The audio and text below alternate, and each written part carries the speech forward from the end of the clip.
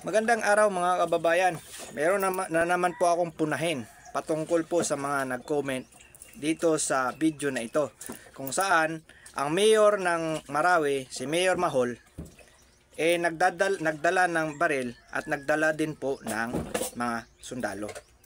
Kung saan may mga nagko-comment sa comment section ng video na yan na hindi magaganda.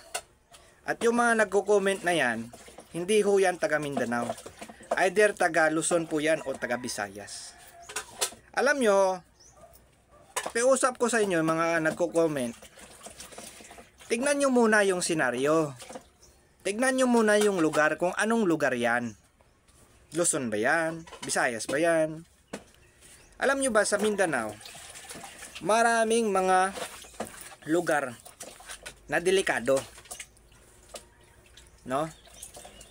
Na pag sumugod kayo sa isang lugar, hindi ho pwedeng dalhin nyo lang yung tanod o kapitan o kagawad sa lugar na yan.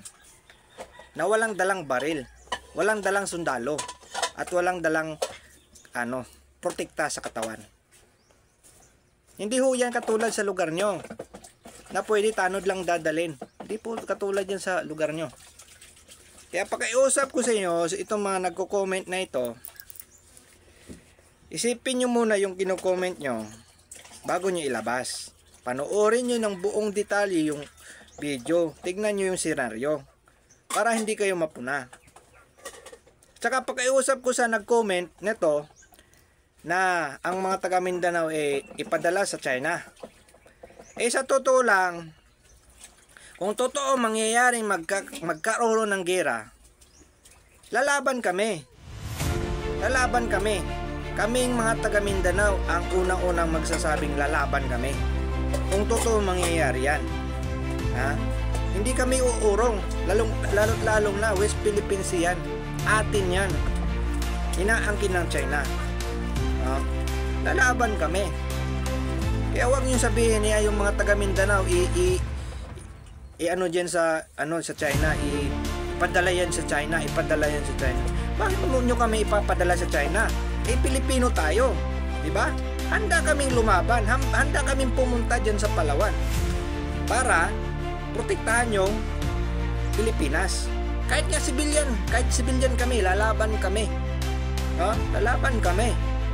Para sabihin nyo, taga Luzon at taga Visayas, na yung tapang namin dadali namin sa China. Hindi namin dadalhin sa China, dito lang yan sa Pilipinas. Yung tapang namin, dito lang yan sa Mindanao, yung tapang namin. Ilalagay lang namin yan dito sa Pilipinas, hindi na namin dadalhin sa China.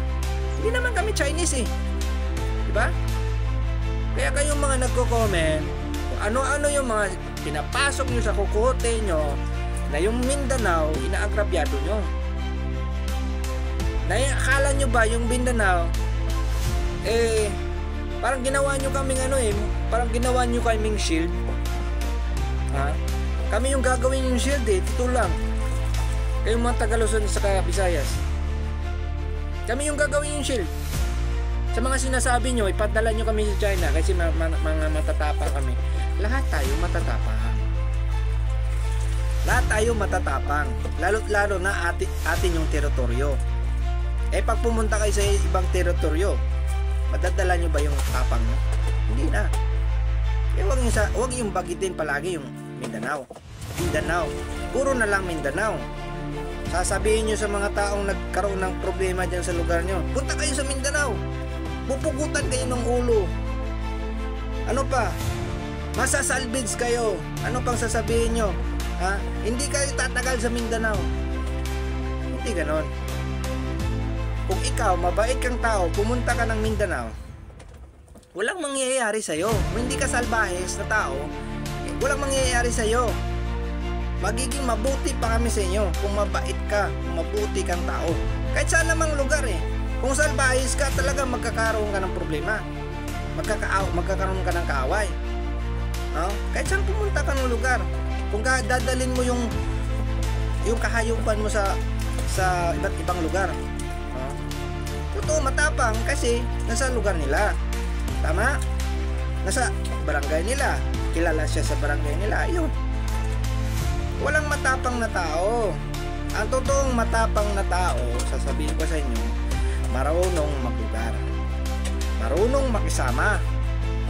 Kaya yan, ang video ito, sana maintindihan nyo, sana mabigyan kayo ng kaunting kaalaman sa Mindanao, na ang Mindanao hindi po magulo. Ang nagpapagulo lang dito ay yung gera, pero hindi lahat ng lugar sa Mindanao ay mayroong gera. Tandaan nyo yan, mas magulo pa po sa Luzon. Ano ko nasabi? Kayo na ang magwi-witness niyan. Maraming salamat. Yun lang po. Magandang araw.